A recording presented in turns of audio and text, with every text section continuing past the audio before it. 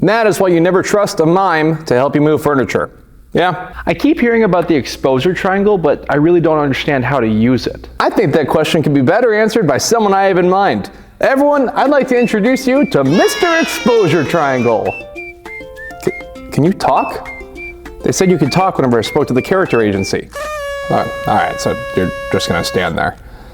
All right, that was a massive waste of money.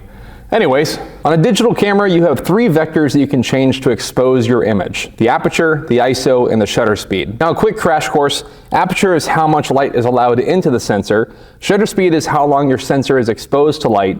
And ISO is how sensitive your camera sensor is to light. Typically, if you're shooting in 24 frames per second, you want to keep your shutter angle to 180 degrees, meaning that this vector is locked to 1/50. If you go over that, it starts to look more like Saving Private Ryan. So now we have 2 vectors left. If I want a really shallow depth of field, that means that I have to open my aperture all the way and lock my aperture vector to between 1.8 and 4. So that leaves me with ISO, and I personally like to stick around 500 to 1000 ISO for more accurate color readings. But with new digital cameras, you can push your ISO pretty high without getting any grain in your shot. So all 3 of those interact together. Say that I wanted to close my aperture down to f11 for everything to be in focus. That means we're gonna have to compensate most likely with ISO because we've locked our shutter speed. If you're shooting in a high frame rate, that means you have to adjust your shutter speed to account for the 180-degree rule. So if you're shooting in 60 frames per second, that means you'd have to change your shutter speed to 1/120. Mastering the exposure triangle is really just understanding how all 3 of these work together